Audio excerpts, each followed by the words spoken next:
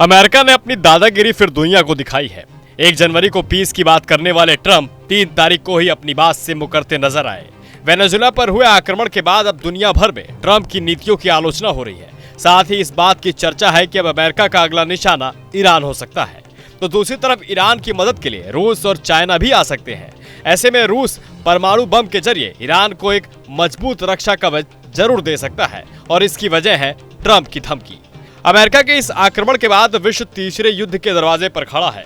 साथ ही चीन और रशिया को नीचा दिखाने के लिए भी अमेरिका ईरान पर अपनी दादागिरी दिखाने में संकोच नहीं करेगा। वहीं रशिया और चीन नहीं चाहते हैं कि अमेरिका अपनी ताकत का मुजाहरा पेश करे और 2 ताकतवर देश देखते रहे। ऐसे में ईरान का साथ देना मजबूरी भी है और जरूरत भी। बता दें कि ईरान के पास 209 अरब बैरल तेल भंडार है, लेकिन अमेरिका और पश्चिमी देशों के प्रतिबंधों के कारण ईरान अंतर्राष्ट्रीय बाजार में स्वतंत्र रूप से तेल नहीं बेच पाता। इसी वजह से तेल होने के बावजूद देश की आर्थिक स्थिति कमजोर है। अगर रूस और चीन ईरान को ताकतवर बनाते हैं तो इसका असर विश्व पर भी पड़ेगा। साथ ही अमेरिका को कूटनीतिक तौर पर भी जवाब मिलेगा। जहां चीन और रूस इस जवाब की तैयारी कर रहे होंगे, वहीं ईरान के हालात को देखते हुए ट्रंप ने ईरान को धमकी दी है कि अगर वो यहाँ चल रहे विरोध प्रदर्शन को दबाने के लिए हिंसा का इस्तेमाल करता है तो अमेरिका का जोरदार जवाब देगा। एयरफोर्स 1 में सवार ट्रंप ने ये टिप्पणी की है। दरअसल ईरान में प्रदर्शनकारियों के मारे जाने की खबरों पर पहले ही ट्रंप ने कहा है कि अमेरिका के मिसाइल हमले के लिए पूरी तरह तैयार है। जब इस पर ट्रंप से सवाल किया गया तो उन्होंने कहा, हम इस पर गौर करेंगे।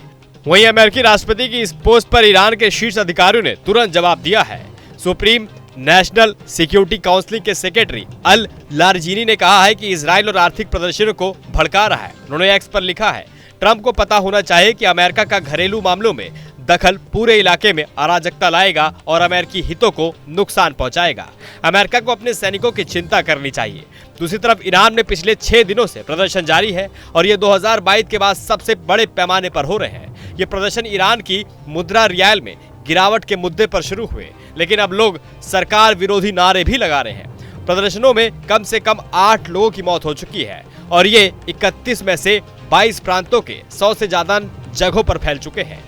ये प्रदर्शन 2022 के उन प्रदर्शनों जितने बड़े नहीं हैं जो 22 साल के महसा अमीनी की पुलिस हिरासत में मौत से हुए थे।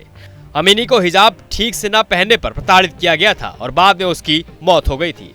अब के प्रदर्शन आर्थिक मुश्किलों से जुड़े हैं और अब 1 अमेरिकी डॉलर के 14 लाख रियाल के बराबर होने पर शुरू हुए थे।